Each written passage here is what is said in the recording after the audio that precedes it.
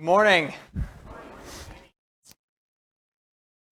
As 1 Timothy says, you have to have a goal in anything, right? And so our goal is love from a pure heart, a good conscience, and a sincere faith.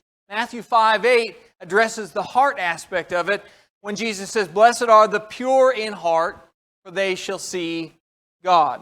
If you don't have goals, you won't get anywhere. We need to understand that one of our goals is simply to be people who are pure of heart. We're going to talk about that this morning so we can understand how we can do that. Here in Matthew 5, Jesus says, the pure in heart, they'll see God. One way to kind of envision that is to think of your heart like a diamond. There are diamonds all over the world, and as much as we've kind of been taught that diamonds are not common, they are in fact quite common. That's why you can go over to Lowe's and you can go to the hardware department and you can say, "I want a diamond-tipped blade." And they'll go, "We've never seen those before." They go, "Yeah, we got a 25 in the back." Because not all diamonds are created equal, right? Some are pure and clear and beautiful, and others are industrial grade. The pure ones, the really beautiful ones, the ones that are of the clarity and beauty and pristine nature that we think of when we think of diamonds, those are the ones that make it to the designers. They make it all the way through the progression of mining them out of the earth and then being cut and then going all the way to the person who will fit them to a ring that will then eventually make it to a wedding.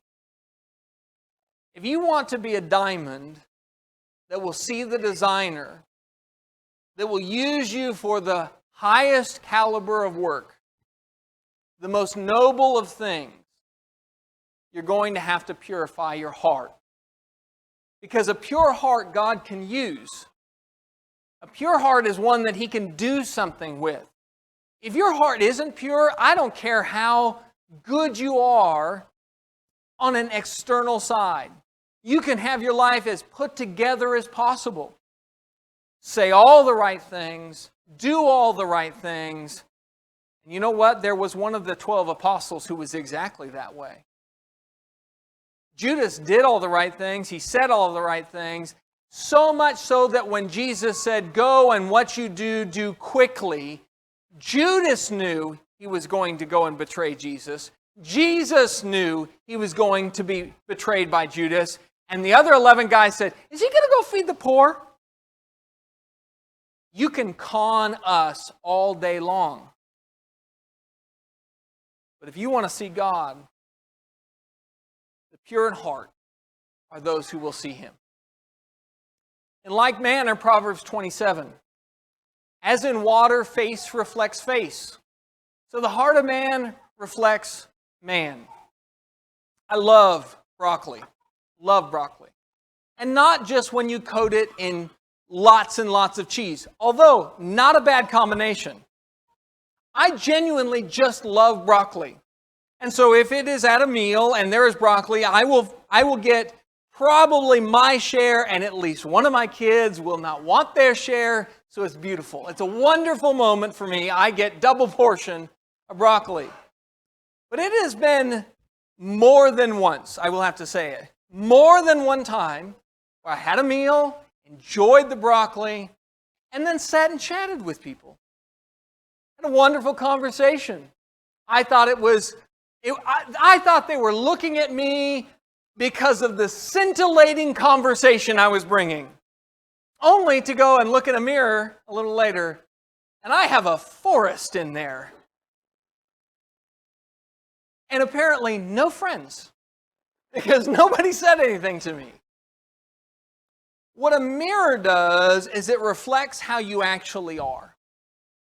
One of the reasons that we need to be people who are introspective about our hearts is because we are people of truth. And that's what we've been talking about this quarter, is that every soul needs truth. But truth out there, truth about what other people should do, or truth about what others should be like, will only get you so far.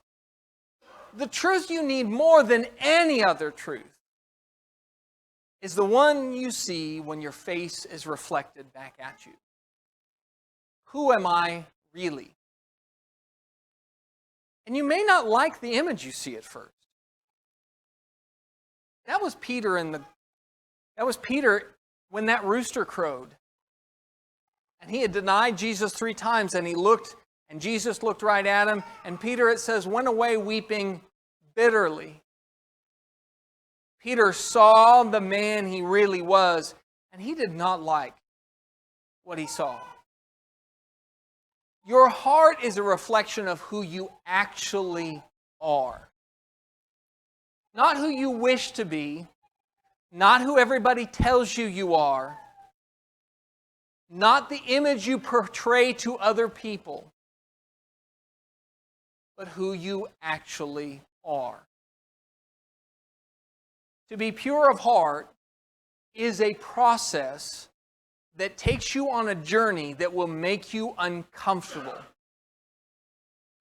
And I'm going to talk about 4 things.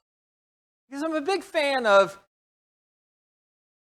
as you leave today, I want you to have something you could be doing this week. This book was not given to us to be a book that we read intellectually and academically, learned all the verses, memorized some stuff, and then close it and then just go our way. It's meant to be a book that goes into the heart of a person and changes the way that we live. So today, that's what we're going to talk about is, how can I become somebody who is pure of heart? And there's 4 rules. 4 rules I'm going to give you that are clearly laid out in Scripture of what you need to look for if you want to be a pure of heart person who sees God, and when you look in the reflection of your heart, you're okay with the person you see. Because maybe that's where you are right now. Maybe you're somebody who's been avoiding introspection because you know that you won't like what you see. Or maybe you have looked at yourself and you say, I am a loser, I'm no good, I do all these things wrong, how could anybody ever love me? I want you to learn to do what the Bible says, become somebody who's pure of heart, because the goal of our instruction is love from a pure heart and a good conscience and a sincere faith. And Proverbs also tells us to guard our hearts, because from our hearts spring the well springs of life. If you do not go through this process of considering your own heart, looking in the mirror of your soul, and asking yourself, is my heart a good one? If you do not do that, you will not really live life. The well springs of life will be tainted and bitter and hard. But the trade-off is if you will purify your heart, all the other stuff takes care of itself. I will tell you that is true. You purify your heart and all the other stuff takes care of itself, because somebody of a pure heart runs into a Bible verse that commands them to do something that they've never seen before, and you know what they do? They change. Oh, I didn't realize I needed to be doing that. Let me change. They're confronted with information that they've never seen before, and they change because they're pure at heart. If you purify the heart, everything else takes care of itself, including the words that you say. Because we're also told by Jesus, you know what proceeds out of a man's mouth? Where does all that stuff come from? Oh, right, from the wellspring of his heart. You get the heart squared away, all the other pieces begin to take care of itself. So let's look at rule number 1. Rule number 1, some things need to be in your heart even if no action is required. I'm going to give you a biblical example for each of these. The first one is in 1 Kings chapter 8. Now, this is Solomon talking. To give you the context, Solomon built the temple to God. But David was the one who had the idea. There had been the tabernacle, and it was this traveling tent, essentially, a very fancy tent, but it was a tent. And David was living in a house, a permanent structure, and he thought, it just doesn't seem right that God would be in a tabernacle and I would have a house. So I should build a temple to him. And Solomon, who did actually build that temple, says, "It was in the heart of David my father to build a house for the name of the Lord, the God of Israel. But the Lord said to David my father, whereas it was in your heart, to build a house for my name, you did well that it was in your heart. Nevertheless, you shall not build the house, but your son who shall be born to you shall build the house for my name." It wasn't David's job to build the temple. That was the end result. God says, that's not your job. I'm not asking you to do that. But he does say it's a good thing that was in your heart. There are certain things that should be in our heart even if there's nothing you can do about it. It was good that David wanted God to have a structure that people would go to worship him that was at least as good as his own. He says, I live in a house. It seems to me that God should have something even better. That was good that David was thinking that way, even though God said, no, that's not my plan. In Romans chapter 10, Paul will say something similar about souls. He said, "Brothers, my heart's desire and prayer to God for them," that is his Jewish kinsmen, "is that they may be saved." And he'll go on in Romans chapter 10, as he had said previously, to understand and recognize that not all Jews would be saved. That not every person that he loved and cared about would in fact actually choose to follow Jesus and actually be saved. And so here's Paul. And what can he do to save every soul? The answer is nothing. There is nothing that he can do to save every soul. Because some souls don't want to be saved. There's some things you can't fix. There's some problems that are too big for human beings.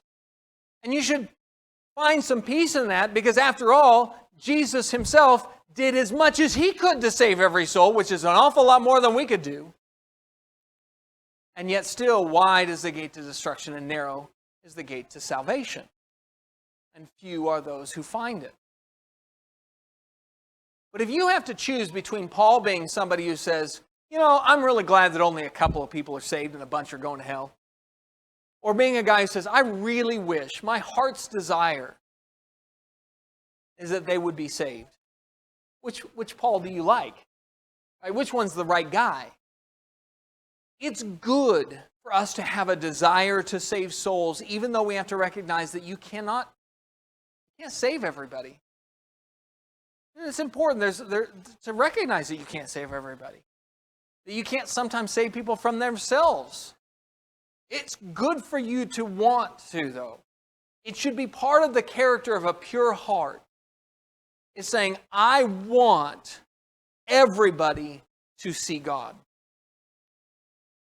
So one thing we have to cultivate in our lives is a desire to save souls and to think of people as souls. Another is that we need to cultivate in our hearts a treasuring up of good things. In Luke chapter 2, verse 19, Mary, the mother of Jesus, and it says this a couple of different times, it will say of Mary, she treasured up all these things, pondering them in her heart. When Jesus is born, the shepherds show up and they say, angels spoke to us and they said that Emmanuel has been born and we're here to tell you about it. And then a couple of years later, this retinue of wise men come from the east and they come bringing gifts saying, we have heard that a child has been born that will save us. And so Mary's there. She's got a front row seat for all of this stuff. One after the other after the other. And she's got a front row seat for Jesus as a child. And Jesus, at age 12, where he stays behind and says, didn't you know I would be about my Father's business? And it says simply she treasured those things up in her heart. This woman had a front row seat to all of this stuff that was happening. There wasn't anything she could do about it. What do you do? These shepherds come and they say, angels have told us, we've got this great news. Go into the city of Bethlehem. There's a child laying in a manger. And he's the Savior of mankind. What do you do about that if you're Mary? Change diapers? Rock him to sleep at night? Do the same thing every mother does? Nothing you can do. But was it a good thing that she treasured those up in her heart? We need to be people who treasure up good things in our heart. We need to be people who count up the blessings and not just the curses. Because the dark days come. The days when Mary and Joseph had to flee for Egypt because Herod was going to kill all of these children, those days were coming. The days where it was hard and she would be at the foot of the cross and look up and see her own son with nails through him. Those dark days were coming. And everybody's got them. Everybody will have days where we travel through the valley of the shadow of death. You've got to learn to store up the good things in your heart. It's a choice. It's a choice to choose joy, to choose to count the good things and not just the bad. Because the bad will come and you've got to have treasured up something for those days. Because that's why we do savings, right? That's what treasuring was. As Mary treasured up all these things and pondering them in her heart, she's doing two things. She's treasuring and she's pondering. Treasuring is the idea of saving. Why do you save any money? Because there might come a day where the winter months come. And why do you ponder? Because some things are worthy of that, of being chewed over and thought over and over again to get the most from them. We're told to meditate and dwell on good things in Philippians 4, verse 8. There is a reason that you will find people who are good people, one of the habits they have is cultivating gratitude and treasuring up good because the winter months come. Philippians 4, verse 10. I rejoice in the Lord greatly that now at length you have revived your concern for me. You were indeed concerned for me, but you had no opportunity. The Philippian church and Paul had this wonderful relationship of love that began all the way back at its inception with Lydia, and she invites Paul to stay. And if you read the beginnings of the Philippian church, you realize that there is a special relationship that Paul had with them.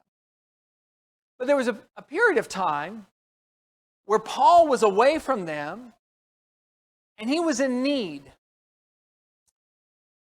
It sounds like it was financial need. And the Philippians really wanted to help him, but they didn't have an opportunity. That opportunity might have been that they didn't have the money. It might have been that they didn't have a way to get it to Paul. Because after all, you can't just Venmo it, right? So they had to figure out some way to get things to Paul, but for a period of time there wasn't. There was no pathway to them actually helping Paul. But Paul says, I'm thankful that you were concerned even when you didn't have opportunity. This is very similar to the first one we talked about, the desire to save souls. We should have a desire to help people, to be servants. We should have concern for people. Part of a pure heart is understanding that I need to think outside of myself and think about other people.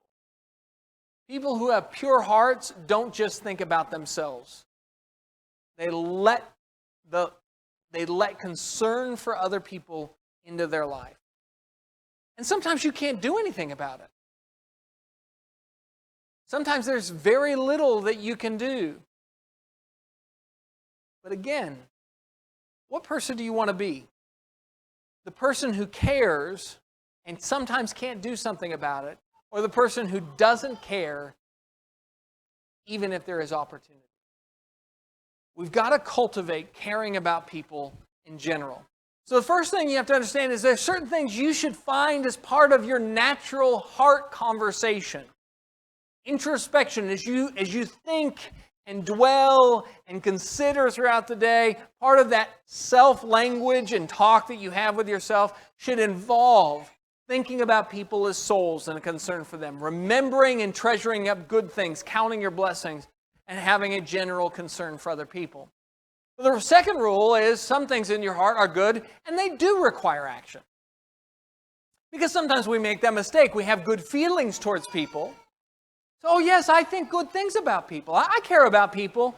But then when something is required of us to do, we're too busy, too tired, too distracted, and don't do anything. James addresses this in chapter 2, verse 15 and 16. If a brother or sister is poorly clothed and lacking in daily food, and one of you says to them, "Go in peace, be warmed and filled," without giving them the things needed for the body, what good is that? What good is it for me to say, I have a heart for people, but I never do anything about it? You don't actually have a heart for people then. A heart for people requires action. So I drive out of our development. There's this house, and it's got grass pretty high, and there's a truck, cool old truck. One of those really cool old trucks that I would love to see just like painted like a beautiful, like mint green. And yes, I do know what that color means. It's candy. I know candy colors. White wall tires, driving down the road. And I can hear the engine. Like it's one of those trucks that it has where you push the accelerator and you just hear it. It's not a Tesla. It's got the sound of carbon footprint. You can hear all of those things. But you know what? As long as I have lived where I have, that truck has just sat in the same spot. The paint's faded more. The tires are worn out. The grass has gotten higher. And I have a strong feeling that the only thing that's ever going to happen to that truck is someday somebody's going to finally call the scrap dealer and say, "Could you haul this thing out and get rid of it?" And it kind of breaks your heart, doesn't it? When you see something that's a work of art like that, it could be something, right? And it just isn't. Because nobody put the effort in to actually push the accelerator down. And put some gas in the tank. And actually drive somewhere with it. Do you realize that could be you? If you're not careful, you are made in the image of God. He created you for good works. And we can sit around all day saying, "Man, it's great to be human." But you got to do something about it. You are meant to do something. What we have is to help. That's kind of an awkward sentence, so I'm going to say it again because that's what I do, is say awkward things. What we have is to help. 1 John 3. If anyone has the world's goods and sees his brother in need, yet closes his heart against him, how does God's love abide in him? Little children, let us not love in word or talk, but in deed and in truth. Get your car off your lawn and in the road. Get out there and do something with it. Put some miles on those tires. And if you tell me, "Well, Scott, I'd help people if I knew of a need," do you really think that there are no needs? I'm telling you right now, there are so many needs that if you open your heart to them, you will find the problem is not, "Oh, there's not enough." The problem you will find is that when you open your heart, you got to go back to rule number 1 and say, "Oh, I'm supposed to keep this in my heart even though it hurts, because there's a lot of times there's needs and I can't do anything about it." Because there's so much pain and there's so much hurt and there's so many people in need and so many opportunities to do good. Please give me the opportunity. Let us not love in word or talk, but in deed and in truth. Do not close your heart. Pure hearts are open, not closed. Romans chapter 10, verse 9 and 10. I might mention to you, this is the same chapter that we just read, Romans chapter 10, verse 1, on rule number 1, where Paul said he had a desire for his brethren in the flesh to be saved. In Romans chapter 10, verse 9 and 10, he says, "If you confess with your mouth that Jesus is Lord and believe in your heart that God raised him from the dead, you will be saved. For with the heart one believes and is justified, and with the mouth one confesses and is saved." We are told in Romans 10 that what the heart believes must come out of the mouth for salvation. Now, do not get lost in the weeds of this verse and go, well, wait a second, we also need to be baptized. Yes, and you've heard me say you need to be baptized. So don't anybody walk away from this and say, Scott is saying all you have to do is confess with your mouth and be saved. Do not get stuck in the weeds with this verse. Read the text. He is saying you believe in your heart that God is, you believe that Jesus is the Christ, and then what do you have to do? You have to confess it with your mouth. And that is an expectation of us as Christians. And so one action that a pure heart has is it starts talking about the one that has saved him. You cannot have a pure heart and never have Jesus on your lips. We have got to be people who talk about the one who saves us. Because if somebody saved you from a physical thing, let's imagine all of a sudden that you had been lost in the woods. And you are running out of food, and it's getting cold at night, and you do not know how to get out, and it looks like a storm front's coming in. The dark clouds are rolling your direction. And for the first time you begin to think, I might not get out of this. This weekend hike might be my end. And as temperature starts dropping, and the raindrops start falling, off in the distance you see some searchlight. And then you hear people calling your name. And you go, I'm here! I'm here! And so they come closer and they get louder and louder. And somebody yells, we found him! We found him!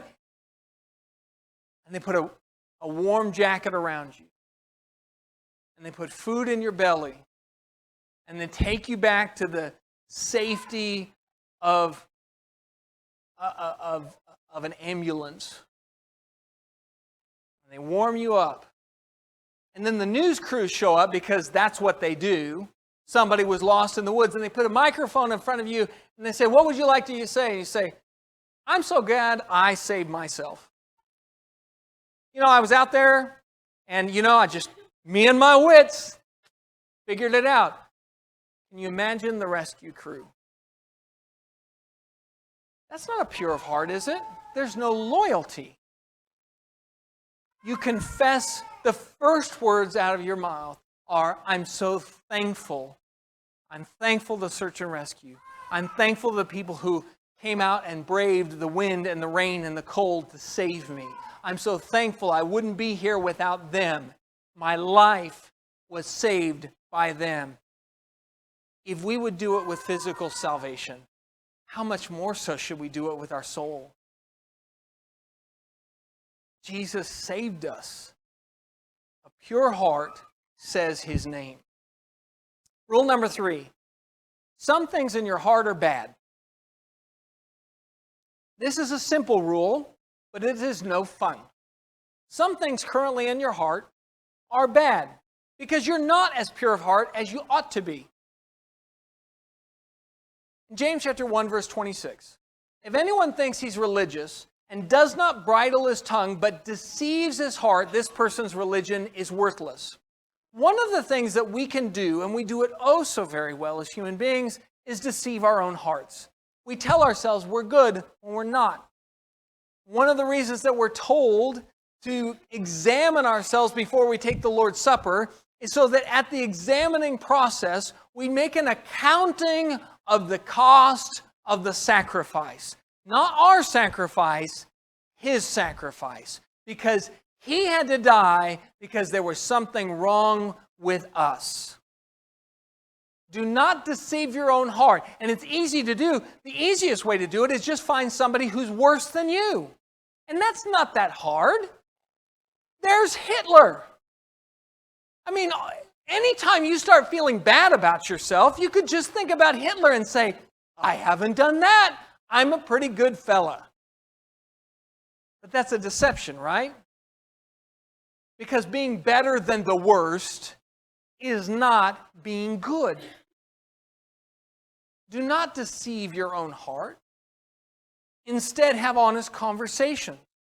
One, One thing you need to have an honest conversation with yourself is, has my heart become a harbor for hate? Maybe not everybody, maybe just that one person. In Leviticus 19, verse 17, he says, "You shall not hate your brother in your heart, but you shall reason frankly with your neighbor, lest you incur sin because of him." Do you know what Leviticus 19 says? It says exactly what you tell your children. You're mad at your sibling, or you're mad at the kid who's riding bikes in the cul-de-sac and was not being nice to you, or you're upset with that kid who stole your toy. Look, don't just be mad. Have you talked to them? Have you talked to them? But you know what's easy and what's hard? It's hard to have a conversation with somebody. It's hard to reason frankly with your neighbor. Now, beating around the bush, saying your feelings are hurt, being vulnerable, talking about the problem and getting to the bottom. That's hard. You know what's easy? Talking bad about him behind his back. Super easy. That's called Twitter. That's all you have to do. That's the comments section in the news feed, folks. Anybody can do that. Do not make your heart a harbor for hate. If you've got a problem with somebody, it's time to reason frankly. It's time to have a conversation. And if at the end of the conversation, the problem still isn't fixed, there's a solution to that too. You can turn and give it to God, because he says, vengeance is mine, and you don't have to worry about it. But you have to begin the conversation. Because we are not meant to be people who harbor hate.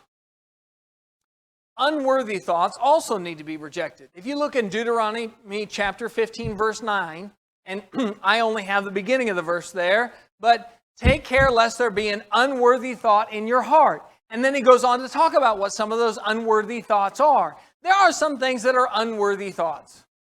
There are some ideas that are unworthy of your time. Lust in your heart for somebody who is not your spouse is an unworthy thought.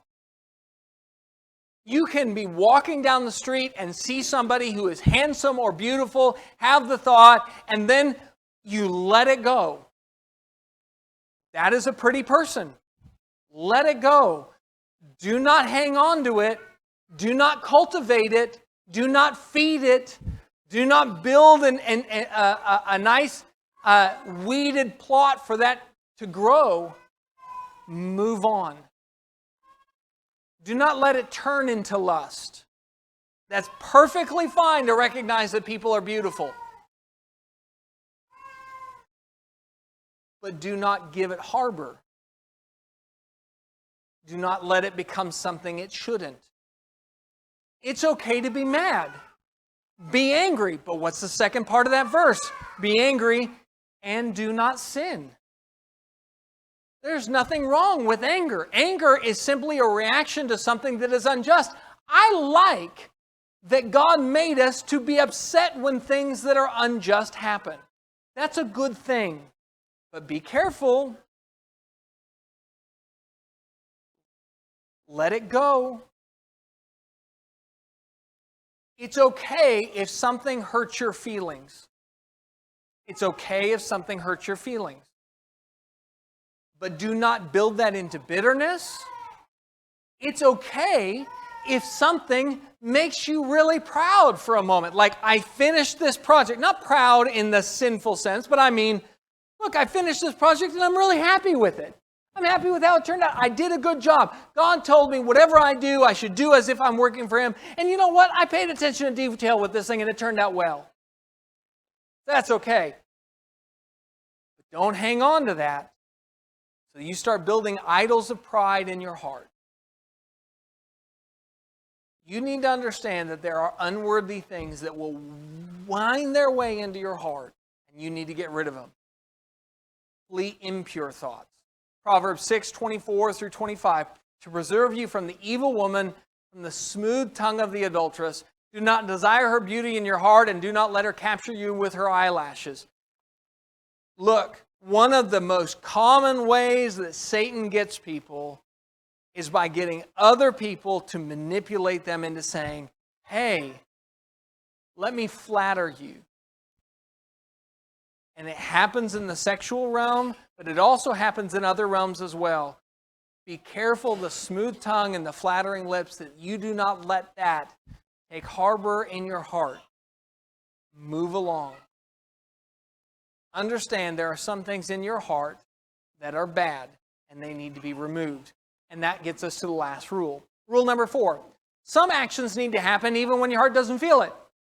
So just like there's some things that are bad in your heart that you need to get out of, there's some things you're going to have to do even when you don't feel like doing it. And I would argue that ironically, when you don't feel like doing it, but you do it anyway, it tells me something about your heart. Because somebody with a pure heart understands that sometimes they won't feel like doing the right thing, but who cares how I feel? I'm going to go do what I ought. 1 John chapter 3, 18 through 20, little children, let us not love in word or talk, but in deed and in truth. We've read that part already. By this we shall know that we are the truth, and reassure our heart before Him. For whenever our heart condemns us, God is greater than our heart, and He knows everything. How do you reassure your heart? Look at the beginning. Let us love in word, not love in word or talk, but in deed and in truth. If you do the deeds and you live by the truth, what do you do to your heart? You reassure it. Because sometimes your heart doesn't feel the right thing. Sometimes it just doesn't feel as it ought to. So what you do is you do the right thing and let your heart catch up. So in Luke chapter 6, where we're told to love our enemies, I say to you who hear, love your enemies. Do good to those who hate you. Bless those who curse you. Pray for those who abuse you, unless you don't feel like it. It's not the end of that verse, is it? Do it. Do good to those who hate you. Bless those who curse you. What if I don't want to bless them? You know a guy, by the way, who didn't want to bless people. His name was Jonah. Jonah did not want to bless the Ninevites. God said, I want you to go and I want you to preach to them. And he goes, I don't want to go. I don't feel it. And so Jonah followed his heart. And his heart led him to a big fish. This is how it turns out. Do not follow your heart. Sometimes you've got to say, what's the deed? What's the truth? Do that thing, and then let my heart catch up. It's okay. It doesn't mean there's anything wrong with you. It means that you are trying to purify your heart. And sometimes that means bailing the junk out and doing the right thing and leading it along. And sometimes you're grinding your teeth, hoping someday to be the cheerful giver you want to be. If your marriage is in a bad place, and I'm not talking like a little bad place, a dark place. So dark that you read passages like love your enemies and you start thinking about your spouse. They are the thorn in my flesh. They are the problem. If you are in that dark place, do you know what you need to do to fix your marriage? Do good to those who hate you. Bless those who curse you. You have never heard my wife curse. You would not, bless her. You have never heard the way my husband talks to me. Yes, I understand. Bless him. And pray for those who abuse you. You have no idea how much awful he's done to me. It's been years. You have no idea how she's ruined my life. It's been years of abuse. Pray for her. And let your heart catch up. It really does work. And then the last thing is I want you to choose joy and gratitude. I want you to choose it. Because happiness happens, but joy is chosen. Happiness happens. That word happy, the happen, it's in there. That's where it comes from. Happiness is something that happens to you, but joy is something you choose. And that's why 1 Thessalonians can tell us, rejoice always and pray without ceasing and give thanks in all circumstances, for this is the will of God in Christ Jesus for you. But what about the circumstances where I don't feel like giving thanks? I want you to do something you don't feel like doing. And then I want you to see God work. Because that's what He says He'll do. If you do the thing that He tells you to do, even when you want to do something different, that's called loyalty. And there's another word for loyalty, and it's a biblical word, and it's called faith. You put your faith in His system and not your own. Be people of faith. Purify your hearts. You follow these 4 rules, and I guarantee you, you put these into practice this week, I guarantee you, you will be closer to God at the end of the week than you were at the beginning. And with that, I leave the sermon for you. And now we turn to an invitation. If you are not yet a Christian, blessed are the pure in heart, for they shall see God. There is no way you can be pure without Jesus' blood. You cannot see God without the blood of Christ paying for it. And the only way that you're going to get Jesus' blood to cover you is to believe in Him, put your faith in Him, confess Him, repent of your sins, say, I'm going to follow Him now and not me, and be baptized in water. When you're baptized, you come out of that water, sins washed away, new life, new hope. We can help you to do that today. Please come forward as we stand and sing the invitation song.